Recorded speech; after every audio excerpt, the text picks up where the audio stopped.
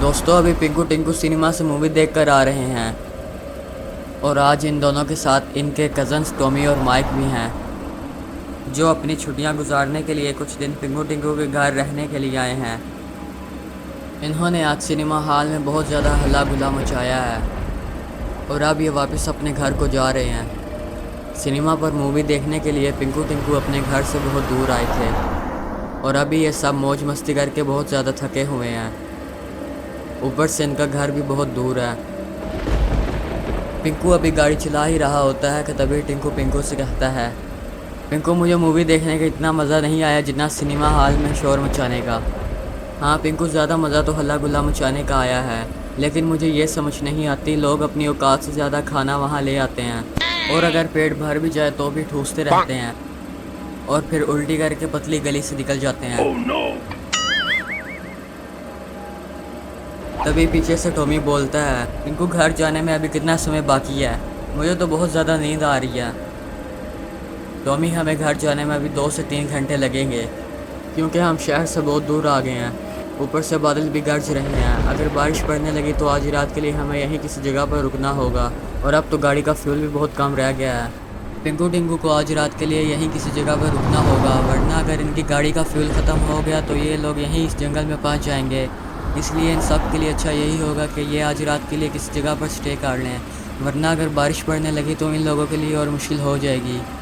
और थोड़ी ही देर बाद माइक को कुछ दिखाई देता है और तभी माइक पिंकू से कहता है, पिंकू वो देखो वहाँ पहाड़ के ऊपर एक कॉटेज बना हुआ है। यह सुनकर पिंकू गाड़ी को रोक देता है और ये सब लोग ऊपर की ओर देखने लगते हैं। सामने पहाड़ के ऊपर एक पुराना सा कॉटेज बना हुआ था। लगता है कि यहाँ कोई आता जाता नहीं, इसलिए यह बहुत वीरान है। ये देखकर पिंकू पलटता है और कहता है, मैं तो कहता हूँ कि हमें आज रात के लिए यहीं रुक जाना चाहिए। और तभी बारिश पड़ने लगती है। जल्दी सारे ऊपर चलो, नहीं तो तुम सब बारिश में भीग जाओगे। मैं गाड़ी को साइड पे लगा के आता हूँ। ये सुनकर ये तीनों गाड़ी से नीचे उतर जाते हैं और थोड़ी ही देर बाद पिंकू गाड़ी को लेकर आगे बढ़ जाता है और ये तीनों ऊपर की तरफ जाने लगते हैं। थोड़ी ही देर बाद ये लोग ऊपर पहुंच जाते हैं। ऊपर आते के साथ ही टॉमी कहता है, टिंकू यहाँ बहुत ज़्यादा अंधेरा है जिसकी वजह से मुझे कुछ दिखाई नहीं दे रहा। ये सुनकर माइक कहता है, रुको टॉमी, मैं अभी यहाँ स्विच बोर्ड ढूंढता हूँ। ये कहकर माइक स्विच बोर्ड को ढूंढने के लिए निकल जाता है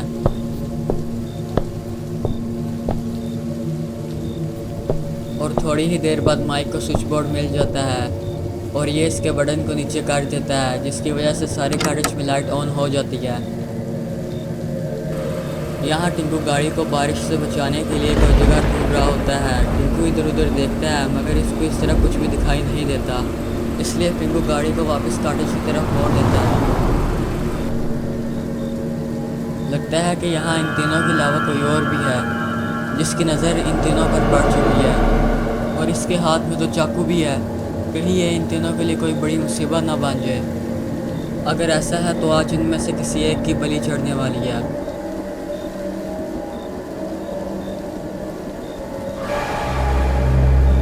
और ये क्या, ये तो कॉटेज की तरफ ही जा रही है। थोड़ी ही देर बाद पिंकू को भी यहाँ एक जगह दिखाई देती है जिसमें वो अपनी गाड़ी को पार्क कर सकता है। पिंकू तुरंत गाड़ी को रोकता है और उस जगह को देखने लगता है। ये देखकर पिंकू बहुत ज़्यादा खुश हो जाता है क्योंकि उसको गाड़ी पार्क करने की जगह मिल गई है और थोड़ी ही देर बाद पिंकू अपनी गाड़ी को पार्क कर देता है। और यहाँ ये डॉल अपने हाथ में चाकू लिए ऊपर जा रही है।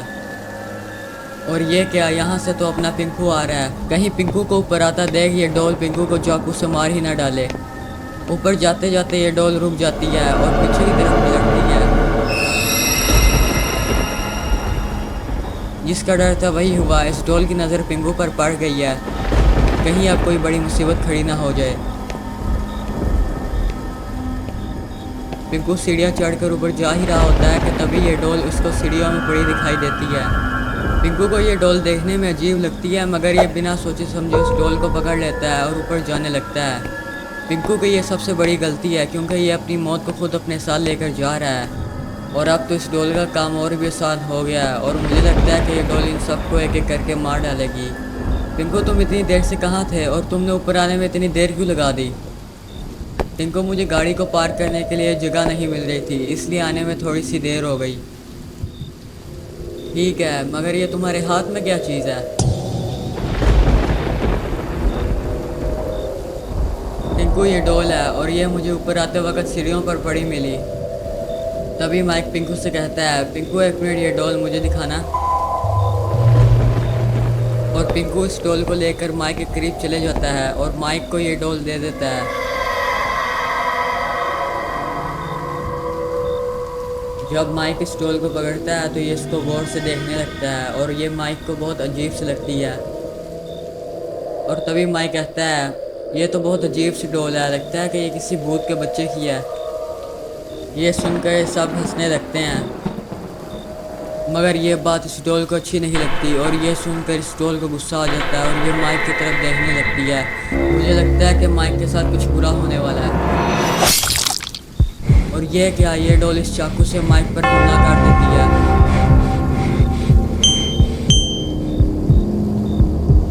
ये सब टिंकू टिंकू भी देख रहे होते हैं और जब ये डॉल दूसरा हमला करने लगती है तभी टिंकू इसको एक जोरदार चमाट मार देता है, जिससे ये डॉल नीचे जा गिरती है।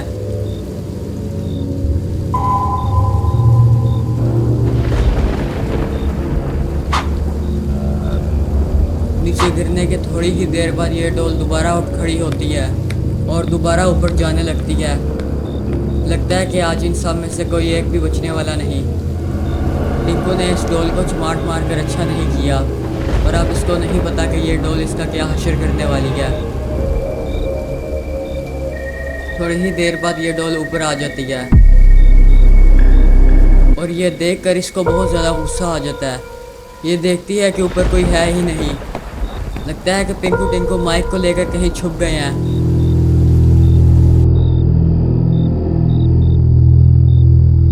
पिंकू टिंकू माइक को लेकर बगल वाले कमरे में छुपे हुए हैं और वो डॉल इस बात से बेखबर है।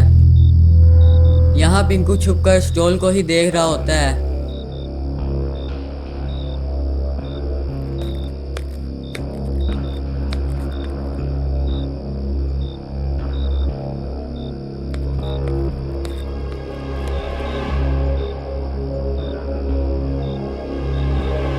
दोस्तों अब क्या होगा?